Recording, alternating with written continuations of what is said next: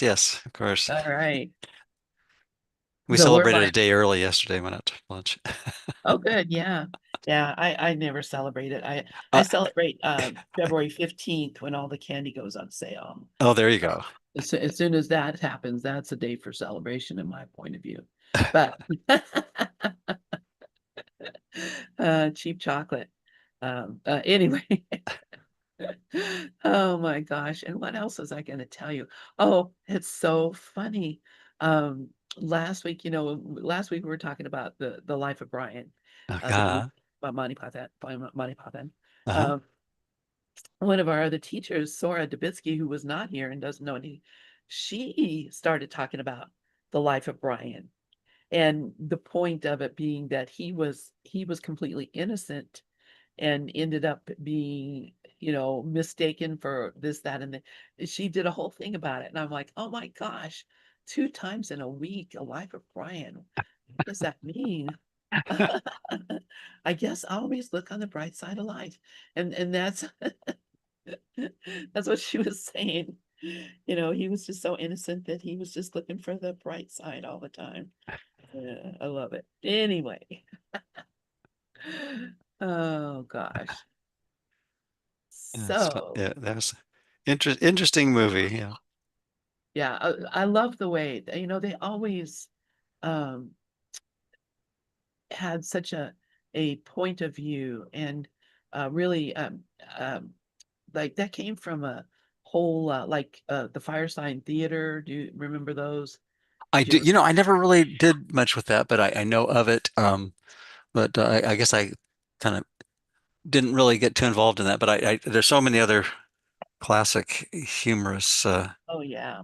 venues and programs that I think we probably all have enjoyed. I know we had all those albums, the Firesign Theater, and we Yeah. would just sit in the evening and listen to them and laugh and laugh and laugh because they just made a whole the whole absurdity of everything was so funny. And of course that was before YouTube and TikTok, and now Right. you're inundated with it. But And before that, there was Mark Twain, right? yeah, And ACIM sitting and around in the who knows how campfire. many comedians in the form of the day. Yeah. And it's always been it's a constant. It is so funny that yes, that throughout history, even when we are looking at some like carvings on walls in caves, people are making jokes. And they're saying, obviously funny things. Its humor has always been a part of us because we do want to remember to laugh. So Speaking of which, one of my favorites of recent months is a cartoon that shows um, a caveman scrawling those little stick figure images of uh, buffalo, being hunted with bows and arrows and things like that. And and then outside the cave, you see these stick figure buffalo that are roaming the the the, the outdoors. I don't know, just realism at its best. exactly. It's very surreal. Were they stick figure cavemen also? Uh, no, no, but if that That would have would worked too. That would have that worked too. yeah. Yeah, But then it wouldn't have you wouldn't have seen the outside and known that it was. yeah.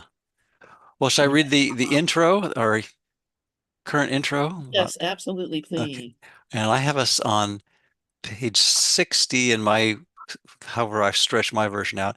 It starts with, "It was a lovely deep felt period." I think that's where we left off. Anyway, Okay. good morning, everyone. In case you're just tuning in, this is Bruce Rawles and Lynn Johnson, and we are reading A Symphony of Love, selections of Dr. Kenneth Wapnick's writings, autobiographies, poetry, short stories, and articles, edited by Gloria Wapnick from the Foundation for A Course in Miracles.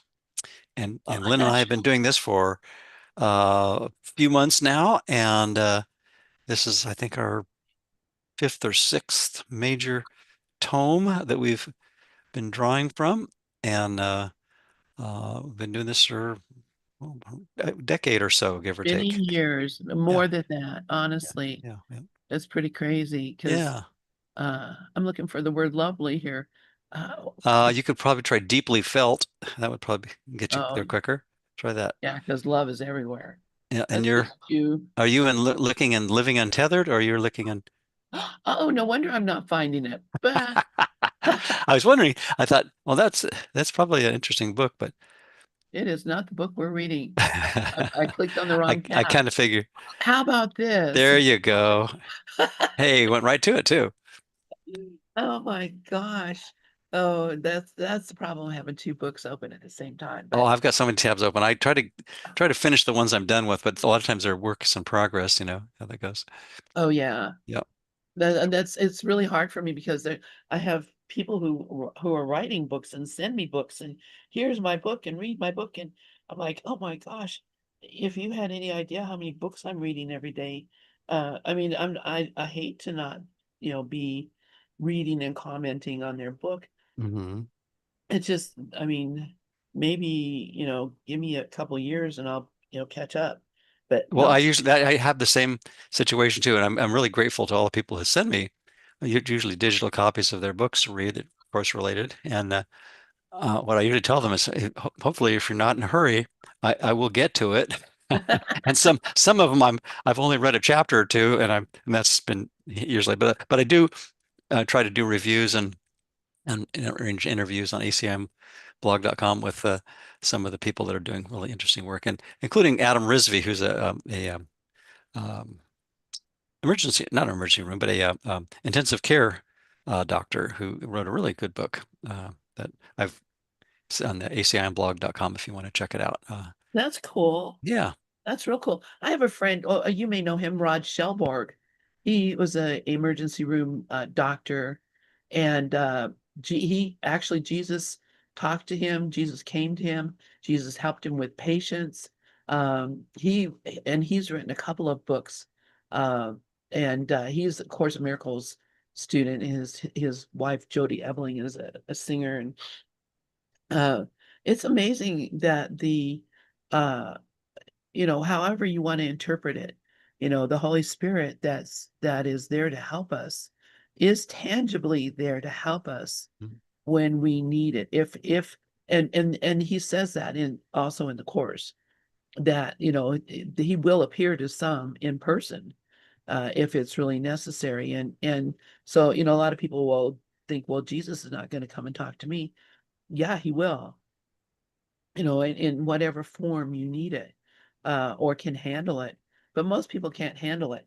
And that's why Helen was always saying, anybody could do this. It's not special. Right. Right. He'll talk to you.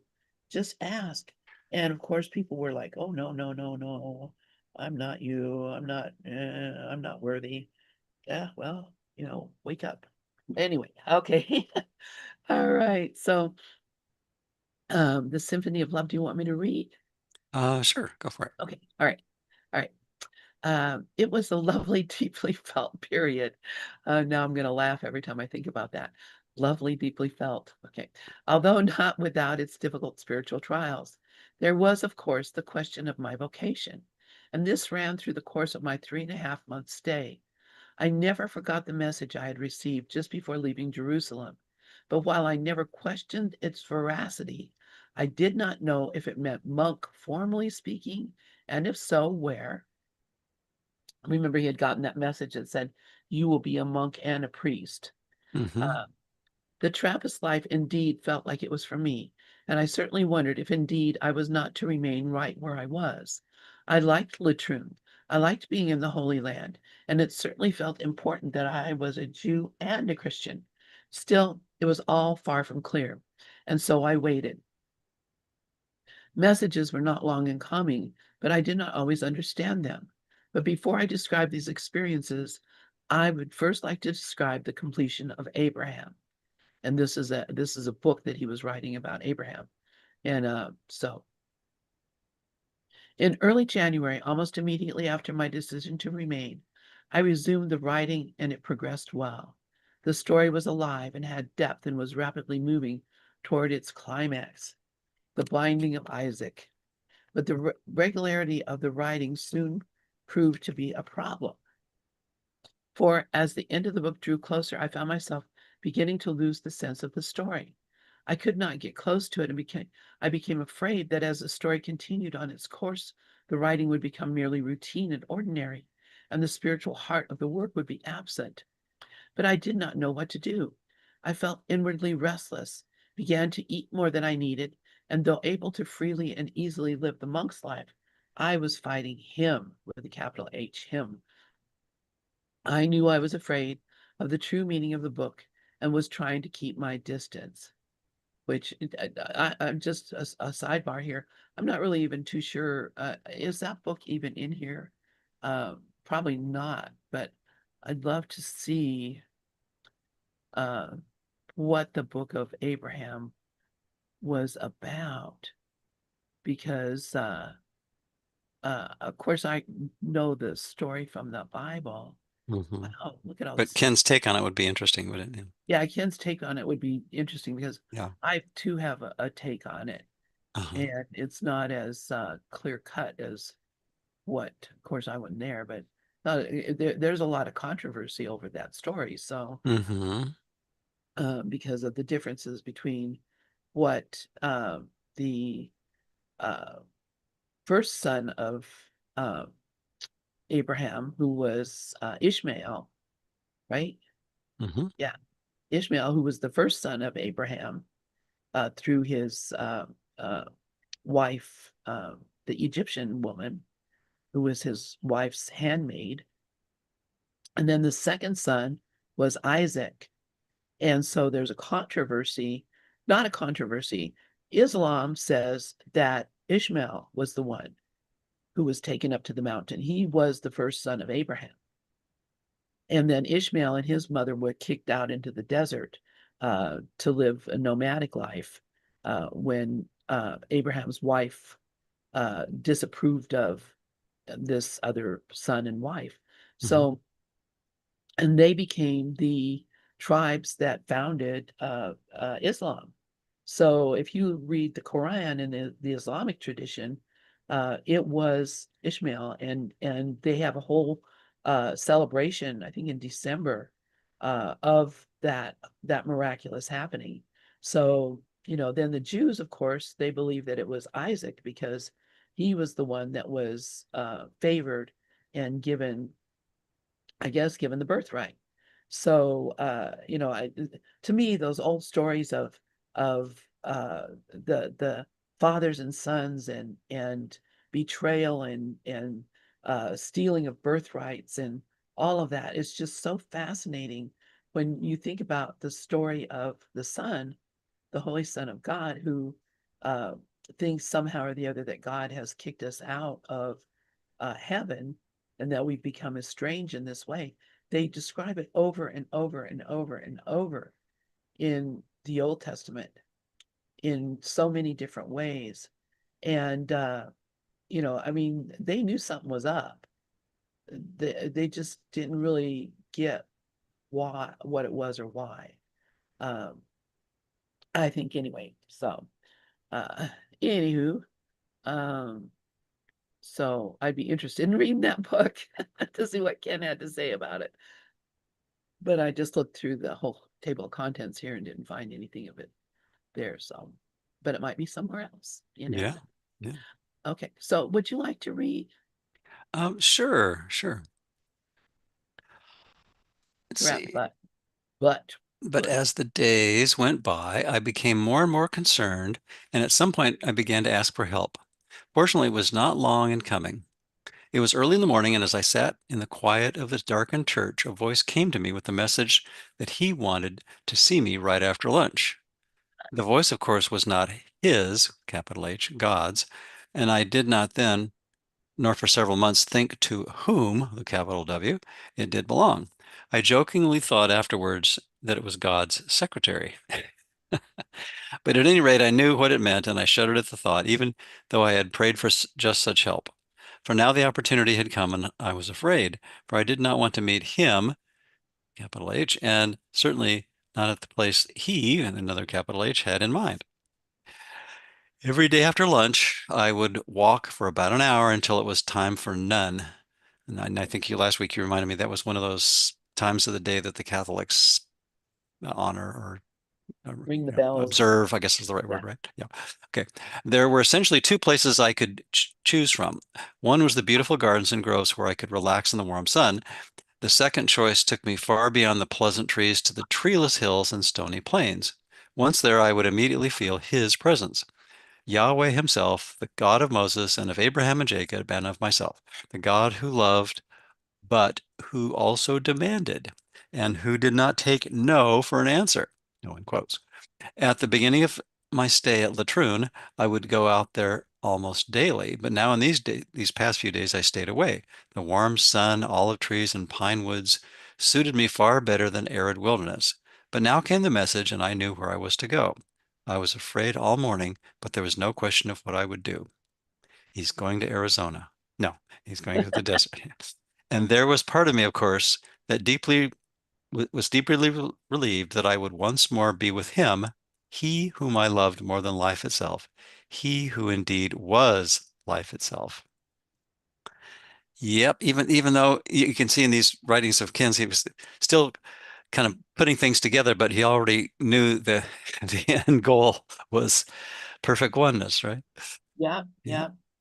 Oh my gosh, can you imagine? I mean, to be that deeply into uh, a spirit that you would hear a voice and not say, being a psychologist, especially hearing a voice and saying, come on over here after lunch. Hmm. I mean, that had to have been a real, what do they call it? Contradiction in his Cognitive dissonance, maybe? cognitive dissonance, which was what Yeah. I'm talking about this morning, cognitive dissonance. Yeah, I mean, it had to have been, he had to have been conflicted in a lot of ways, but still like very well aware. Hey, I'm hearing a voice. He's saying, come over here. I'm going to go over there, even though it's scaring me to death. I mean, that's pretty amazing. Hmm. Hmm. I don't think, people really appreciate the person that Ken was before the course. I mean, right now we're finding out, Hmm. but I mean, he was a mystic, Yep.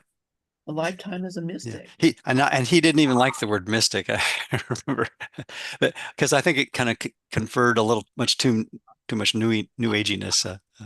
But Yeah, that's anyway, fine too, but but because I used to use that word too, and I was thinking, well, it tends to be a way to divert attention from looking at the ultimate source and ultimate cause, I suppose. Well, I don't know. Anyway, that's just my impression of how one could get sidetracked in a mystical mode, I suppose. Anyway, but okay, shall I continue? yes, please. Okay, I'm excited to hear what happened. okay. As soon as lunch ended, I left. I walked quickly through the gardens and trees up the road which led to the hills. No sooner was I there than I was shown where to go. I was to go. It it was the roof of an old stone hut, the highest point in the area. I went directly to it, but could find no way to get up there. I walked around twice, but the only apparent possibility was to climb up a window ledge. This would have presented no problem but for a swarm of bees gathered by the window. I did not want to be the one to disturb them. I asked if perhaps there was another place I could go, but no, I was in the right place and I should look again. And so I did, and then realized that there was another way to the roof. Immediately adjacent to the hut was a smaller one whose roof I could get to, and from there it did seem possible to jump across to the one where the meeting was to take place. Shall I Yeah, I'm pause just there? think about, you're just, hanging around and you see this guy coming over, sizing up the building, getting up on the roof, jumping. What in the world would people have been thinking if they had been there and seen that? And what could he have been thinking? This is just absurd. How silly. I'm going to try to jump across a roof. And it just amazes me that he is so brave. Anyway, go on. Yeah, continue. Okay. I quickly mounted the lower roof and peered across. It seemed like a dangerous jump. I have no way now of objectively evaluating the risk that was involved. After that day, I never returned. All that I can recall is that it seemed somewhat risky, for I had to jump not only across, but up as well, and if I missed, I would have had a very nasty fall. But that upper roof was where he wanted me, and I knew that he would therefore protect me. So, taking a deep breath and giving him all my trust, I jumped and quite easily made it to the other side. I walked around while I caught my breath, and within minutes I felt him there with me. He wasted no time and, quote, explained, unquote, to me what the book was about and allowed me a glimpse of that final scene on top of Mount Moriah. It was beautiful and powerful, and certainly was the glorious fulfillment of all that had preceded it. I was most definitely not disappointed. I lay on the ground, prostrate before God, who truly was looking after me, and felt that deep gratitude for his grace that I now seemed to be feeling more and more frequently. As I started to leave, he stopped me to add one more thing. I think that's what Steve Jobs did, didn't he? He said, one more thing. One more thing. Yeah. I was told about a visit I must yet make in Israel, though it could still wait a while. The details are not particularly relevant here. I assured him I would, and then returned to the monastery. I jotted down what I had been told and eagerly awaited the next morning when I could continue the story and begin to bring it to its stirring conclusion. But he was not done with me. There was yet the matter of my eating too much, which concerned me, but which I did not feel I could stop, although I had experienced it as hindering the flow of the writing. I guess he felt it was an important issue too, judging from what occurred that evening. Do you want to continue from there? Sure. Okay. Interesting. Yeah. It's just fascinating. After supper, I would usually spend the 45 minutes until compline the final hour of the day in my room. But this evening I was led to the church. I entered and it was empty. The monks had a chapter meeting and I was absolutely alone, or so I thought. The church was dark, but up front behind the altar was a reddish light emanating from the floor, casting a mysterious luminous glow upwards. My head knew it as the candle which always burned in its red glass, but my soul knew differently. I wanted to flee. Once in a day was enough, but I could not move. It was calling, and I had to come. I removed my shoes and left them at the back. I could not bring myself to walk the full length of the church in full view of him, so I went down around the side, re-entering directly in front of the sanctuary. I knelt down and with trembling words in my heart asked what he wanted. The answer was forthright, right, direct, and filled with the power of his authority. Until Abraham is finished, you are not to eat. But, okay. It says, I knew the book still had 3 or 4 days to go. And while I could fast that long, it was not really possible for me to do it at Latrine, where the monks were already concerned that I was not eating enough. But then I realized that he meant not eating any more than I needed, and his silence confirmed that intent. Given how I had been feeling, it seemed very difficult, but I had been told, and that was that. I thanked him again for that afternoon, but wondered if he might also give me some idea. I'm sorry, some idea how, how to let me go. I lost my place. I'm laughing so hard. How the Rilke book would work out. But he replied that there was still time for that. The glow then gradually died down, and I returned to my spot just as the monks began to come in from chapter. As you're saying that, I was thinking, the usual saying is go slow to go fast. In Ken's case, if the slowing of the mind was helping him with his inspiration for this writing, he might have had to go fast to go slow, pun intended. Yes, he had to go fast. That's hilarious. It just it just is so funny to me, and I'm sure. I mean, to ask God, okay, is God give me advice how to write my book? Oh, hey, can you help me out with this other book too? God is the ultimate AI, which is the absolute inspiration rather than AI, exactly. artificial intelligence. Or Right. artificial Oh, ignorance actually might be appropriate in some applications, right? right. Oh, well, and it just says to me, you have to have so much faith to actually be, asking God for advice on your other book or anything and getting these answers. Of course, how could you help but have faith if you're being given faith is belief in things not seen, but this is actually seen and heard. He's actually seeing and hearing. So it's not even really faith that's bring yeah, other than faith that he wasn't insane and was literally hearing this voice. But it just cracks me up. The whole thing is just uh it, it's it Well, just is pointing out God is not an impersonal God. yeah. Well, I think that's one of the things that I think our dualistic m mind, which results in dualistic language, makes um, communication challenging at best, because words are symbols of symbols. But, you know, we we assume things, and I'm just realizing I can't really tell from what Ken has written here and my interpretation of it, whether or not he had a physical experience of that guidance or inspiration. But in a sense, does it really matter if for Ken it worked for him, and I think that's kind of reflected in some of the ideas in the course, like, it's like one of them being, you know, well, actually, I think it was an absence from Felicity, which we just finished reading, um, that never take another's path as your own, but never, but don't condemn it either. Yeah. Yeah, yeah, Well, yeah, and because it's all personal. Every yeah, single yeah, bit of yeah. it is for me. There's not, I can't, that's why when people come to you and say, well, Jesus came to me and said, he has a message for you. Me, I say, oh, why did he come to you? Uh, he's going to come to me if he's got a message for me. I'm ready to listen because why would Jesus give other people messages for me? It Hmm. makes no sense. But And and I, oh, go ahead. well, no, go ahead. What were you going to Oh, say? I was thinking about the word personal, and the word personal only appears, well, intensely personal anyway, appears, that phrase appears twice in the course. I just looked it up, and I thought it was just once. The first one is revelation is intensely personal and cannot be meaningfully translated.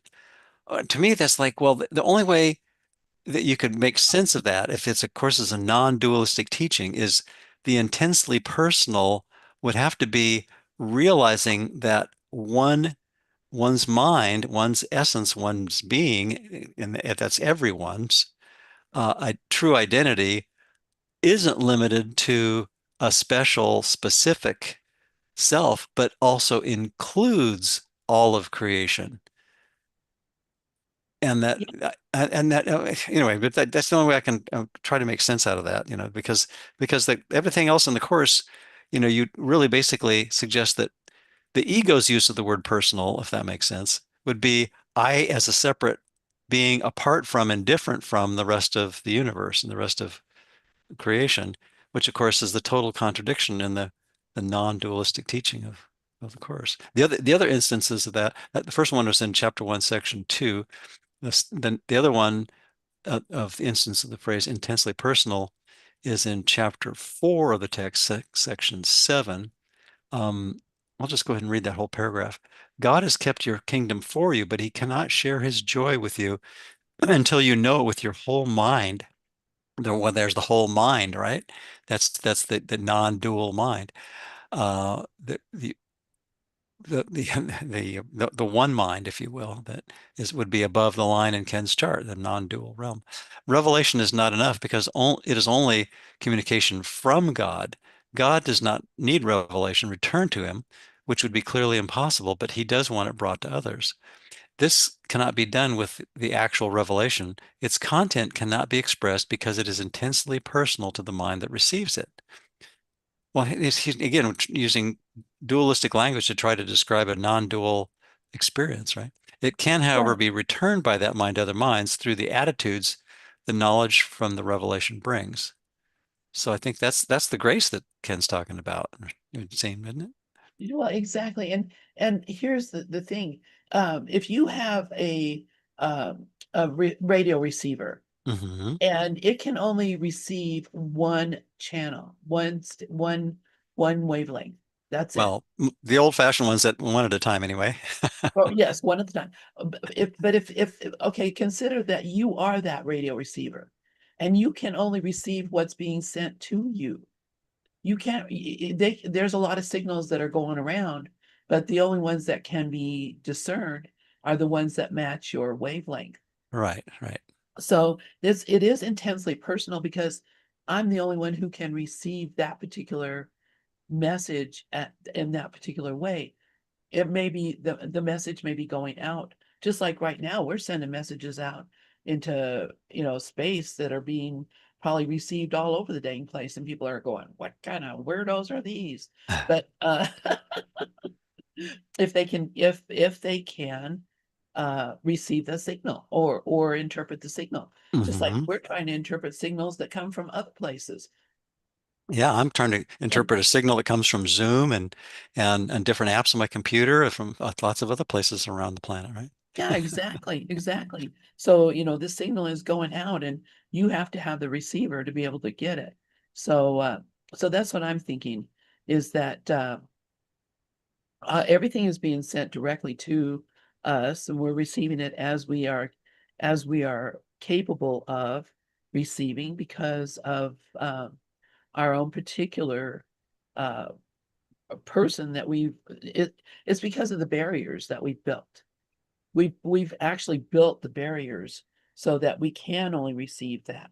Because if we received everything that was coming in, then the ego would not be able to manage that. It would be completely overwhelmed. So you have to filter them out.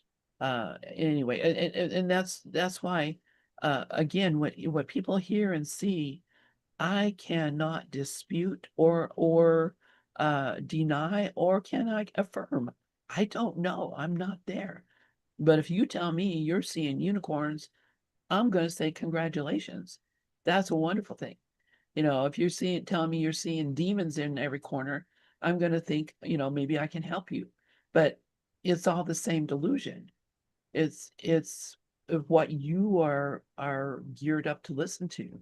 So anyway, uh, it just is interesting. It is. It Uh, is very interesting. that, Somehow when you're talking about radios receiving one frequency at a time, I was actually thinking about what the technology that we use routinely these days.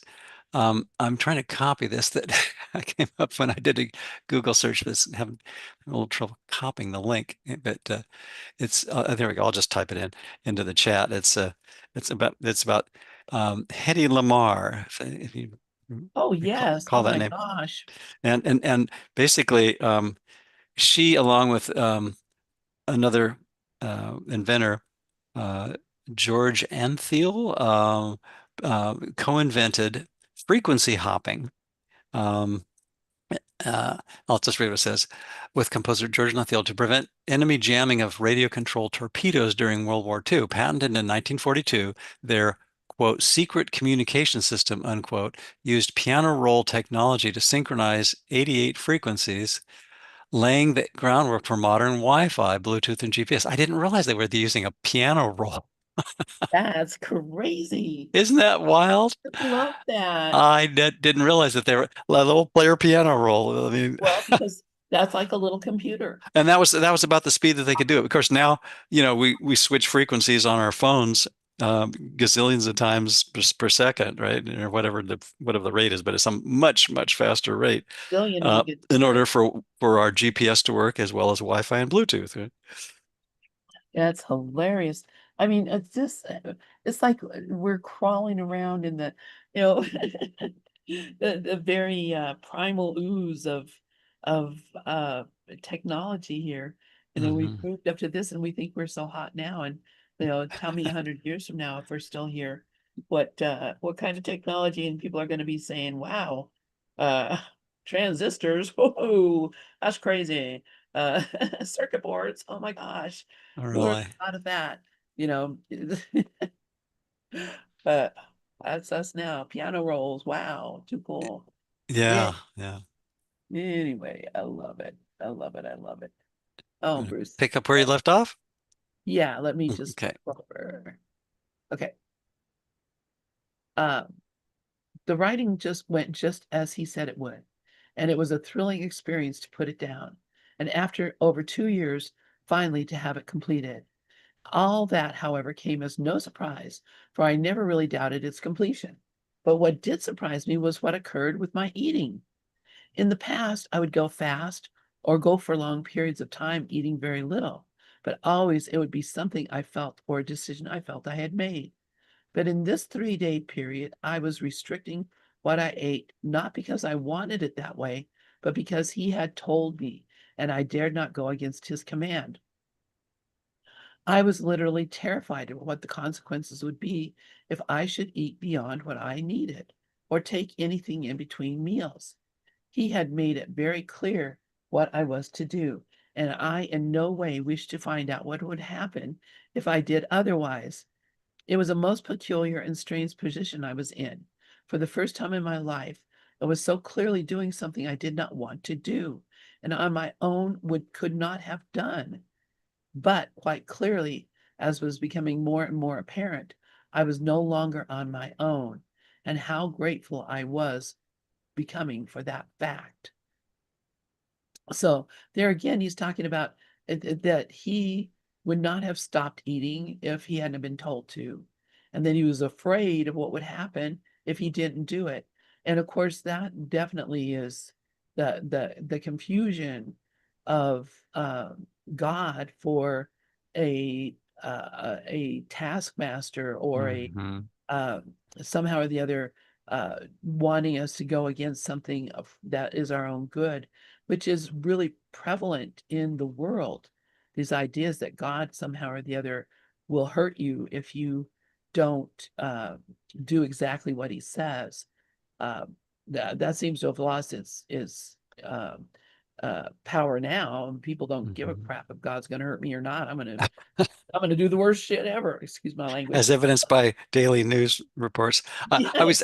I was thinking that, interestingly, Ken was in a phase of his life, and this is just my guess slash opinion, that it seemed to be where he was working through his attitudes about formal religion, including Christianity and obviously Judaism, since he kind of brought up in that tradition. And it would seem like the biblical um, sternness and uh, gravity and seriousness around behavior and form and custom and dogma, all was being worked through. And so he was expressing his um, dietary practices in that context, it seems like. But he used it in kind of the same way, almost it seems like Helen's higher shopping service, was sort of like a training ground for learning to trust Holy Spirit. And then once the trust is fully developed, then the behavioral elements, if they're even needed on the level of form, can drop away. Does that Yeah, make any yeah. sense? That does make a lot of sense. Yeah. That does make a lot of sense. And And eating, that's just my guess. So I please know it does make don't take uh, that as anything other than that. So but the whole idea of eating and food, and I mean that was the first sin, was that we ate something that yeah, God, right, right, yeah, right. that's how we got in this big mess, is because of eating. So I could see, yeah, well, don't let me screw Mom's something. apple pie with a serpent border. Yeah, that's a cute idea. Have you seen that before? No, it just occurred to me. That would be a really cool kind of pie to make Yeah, the instead of that little. crinkled crust, edge, I have a little serpent around the I have some Ouroboros. Is that what's it called? The serpent chasing its tail. I love that. Yeah. Yep. Oh, all right. We will have that apple pie. I'll take a picture of it and send it to you. That sounds good. I'd love to see the photo. Okay, let's see. So the book of Abraham. was completely completed. Almost immediately, I began working on the segment of the fairy tale I had originally begun 2.5 years before, and had last worked on just before the onset of the crisis in Poughkeepsie. That too now flowed out, practically nonstop, and finally completed itself as well, ending in a much different place than I had anticipated. But then I was in a much different place myself. Most happily of all, as I was at the same time able to return at last to Rilke, and for the first time I felt truly understood the poems and the book. The light of Christianity, which had only recently illumined my own life, now also cast its joyous beams on the elegies that I had written. Can we pause just for a moment? Yeah. I'm going to have a little quick aside here, this little synchronistic thing. Um, I know Ken was in Poughkeepsie.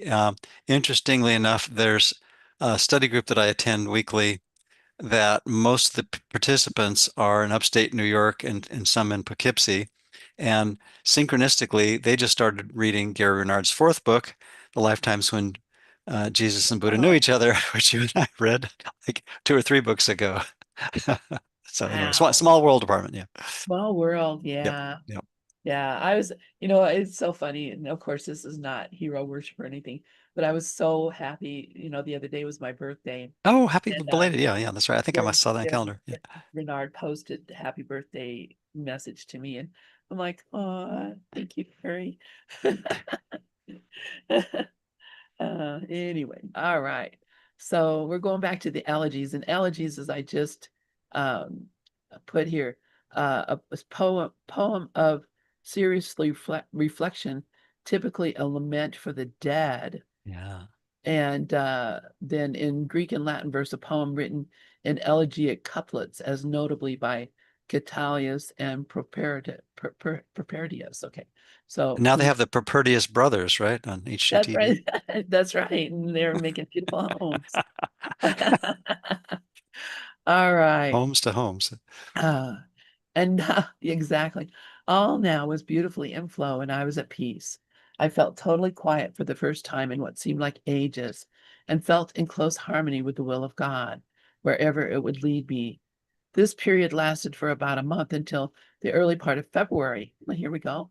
And Yep. then began the renewal of the symptoms of inner restiveness, which I had experienced at the hospital, and which I knew reflected an inner change that usually meant an outer one as well. I first altered my schedule, but soon realized a greater change was required, which could mean only leaving the monastery. One thought I had was that perhaps I should go to the Abbey of Gethsemane in Kentucky. I began to long to be there, and once or twice while in church, I began to weep in joy at the thought of returning and once more hearing their office. What people must have thought, this guy was he was like a loony back in I mean, running around, climbing on roofs, bursting out in tears in the middle of church. Wow, what they must have thought.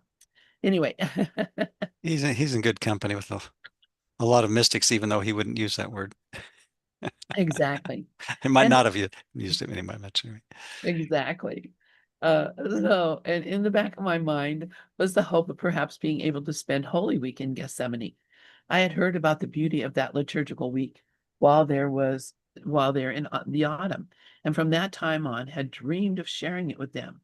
But if that were not possible, meaning that if not what God had in mind for me, then at least I wished to spend Holy Week with the Trappist and latroon. But that was still over 2 months away, and I did not know if I would remain there that long, given that what seemed to be occurring inside. Then one day in church, thinking once more of Holy Week, that other voice, God's secretary, spoke to me and said, perhaps you can spend Holy Week in Gethsemane. And so it all suddenly seemed possible. I was overjoyed and immediately began thinking of scheduling my departure. I waited a couple days to make sure there were no counter messages, and as I heard none, I wrote to the guest master of Gethsemane asking if I could come. Never once did it occur to me that the voice could have meant something else, the other Gethsemane, and that of the experience, not the place. And Mhm. of course, the Gethsemane being the garden where Jesus went to pray before the crucifixion. For a week and a half, I was exhilarated. I was sure I would be leaving soon, and after perhaps another stay in Jerusalem to visit Sinai and a stop or two in Europe, I should be back in the United States in my new home. I could scarcely contain myself. But it was not to come about that way. On February 22nd, 1973, happy birthday, Ken, coming up. My Mhm. birthday, in fact, I was hard at work in the kitchen. One of the workers was out ill, and so there was a great deal of work to be done. I, along with the abbot and a number of other monks, was peeling and cleaning vegetables. I felt glad to be helpful and to be working so closely alongside the monks, and I began to think how it might be if I remained and actually joined the community. Surprisingly, considering how I was planning soon to leave, my thoughts continued along this line, and I thought how difficult it might be if I did join, given the tremendous cultural and language differences. But then I thought that perhaps the very difficulty might be the one reason why God would want me there. Then suddenly came that second voice, soft, gentle, but no less authoritative. It might be very well that going home was your idea and not his. Oh my God. I just love this. Oh, Jesus, Holy Spirit, man. Doesn't it seem like, we all have to deal with trying to look, watching without condemning ourselves at the ego's incessant attempts for level confusion and trying to make it about the form rather than about the content in the mind. It is. And in this case, the geography could make a difference between how he feels and thinks and his piece or not being a piece. Yeah, But that's we do that all the time. I mean, throughout the day, it's like an automatic zombie uh, malware program that we have to continually remind ourselves. That's the ego's modus operandi is this always keep us continuously distracted and diverted, thinking that, well, what I'm doing on the level of form is the cause, and my piece is the effect. And instead of realizing, well, it's my choice of teacher that is going to determine whether I'm at peace or not, and then that will ultimately be reflected in, how I see what is happening or not happening on the level of form, and whether I react or respond to anything. yeah, yeah. And it is absolutely you're not going to be forced. There's not going to be any coercion. You have a choice. Uh, but as just Scott, he chose to interpret when he heard Gethsemane, that meant to go home. Mhm. But then, while peeling potatoes, he gets, well, wait a minute. That's what you think you heard, but maybe something that different. So would you like to continue reading? We have about 8 more minutes. Do you have to leave early today? No, no, I don't. Okay. Um, I I had a thought about God's secretary. Oh, I know what it was. If anybody hasn't seen Mr. Deity, it's a YouTube series of humorous spoofs on formal religion and Christianity in particular. But if they're pretty clever. But God's secretary kind of reminded me of one of the first skits in that multi-season series, which is pretty funny. I don't know if you. Oh, I have not seen that, but I'd love to see it. Oh, I, they're I, quite good. I always think of um the movie what is the name of the movie where uh uh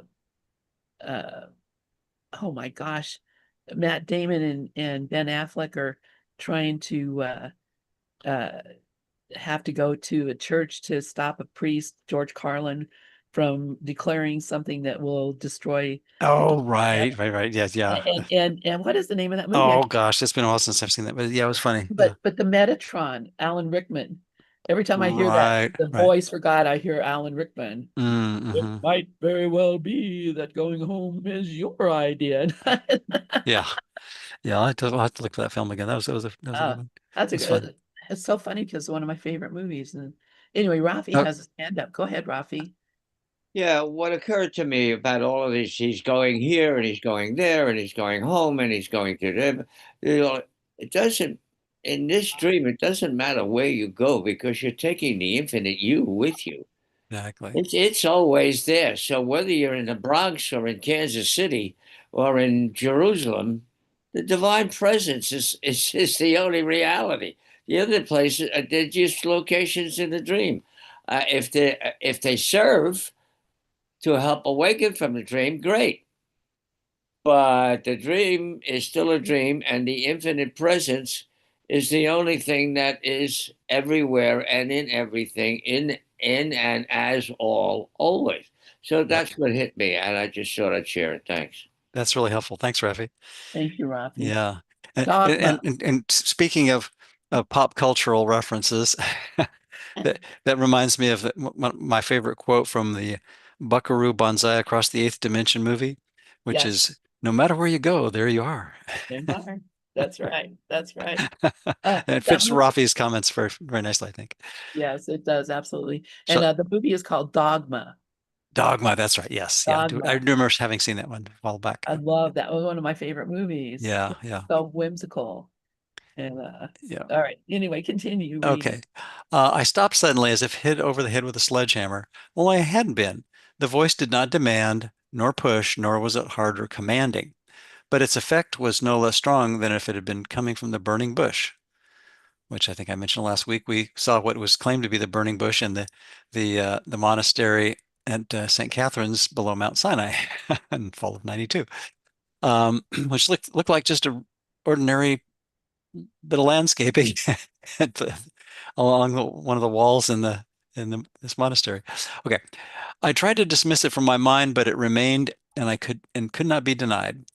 It said, quote, might, unquote, but the word could just as easily have been omitted. I left the kitchen as soon as I could and went out into the woods. I walked and walked, trying in every way I knew to preserve my original plan. I felt devastated and crushed, but still hoped the voice was wrong, or perhaps its message misunderstood. After lunch, I walked still more. It was a dismally rainy and cold day, and how well it fit my mood. I returned to the church for none, with a capital N, that uh, Catholic uh, time of day. What do you call that? About 15 minutes early and sat in my place. On impulse, I reached for the Bible and I kept by a Bible I kept by me, and for the first time in my life, opened it blindly and stuck my finger inside. It rested on the second half of the opening verse of the 10th chapter of Daniel. The whole verse read as follows: In the third year of Cyrus, king of Persia, a thing was revealed unto Daniel, whose name was called Belteshazzar. Uh, and the thing was true, but the time appointed was long. And he understood the thing and had understanding of the vision. What could I say to that? The thing was true. End quotes. I sank even lower. And when I returned to my room and reread the passage in Hebrew, I discovered that the King James Version, the one in the church, had mistranslated the phrase, but the time appointed was long. The Hebrew words meant great military. Wow. So, yeah, a little bit of a glitch there. Referring to the military nature of the prophecy. Oh, well, that seems like an oxymoron, military prophecy. Huh? Okay. Therefore, it seemed to me that the mistranslation was, quote, purposeful, unquote, thus implying that there was still time until I would know his plan for me. Wow, that's a leap. Yeah. Let's see. I think I got time for one more paragraph. I managed through the afternoon, though still a part of me was fighting what now seemed to be inevitable. At Vespers, which I almost always found to be the most restful of the hours, I began to sing the quote, Our Father, unquote, with the community.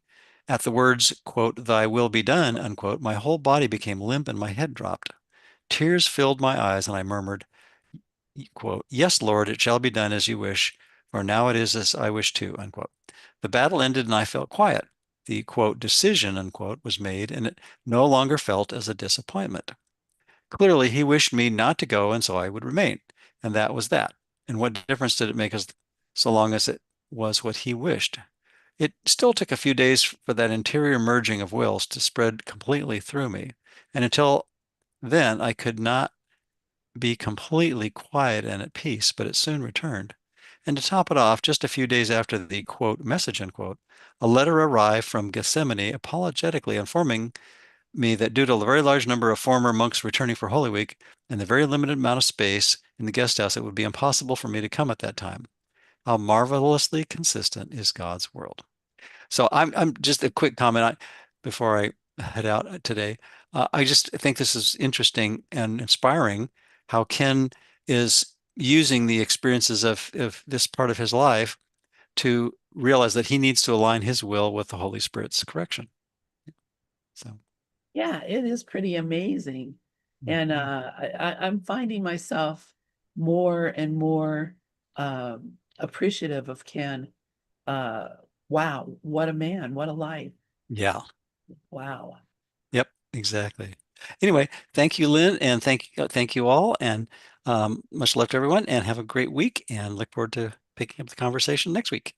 See you next week and happy Valentine's Day. Likewise. Thanks, Lynn. Thanks, everyone. Bye for now. Bye-bye.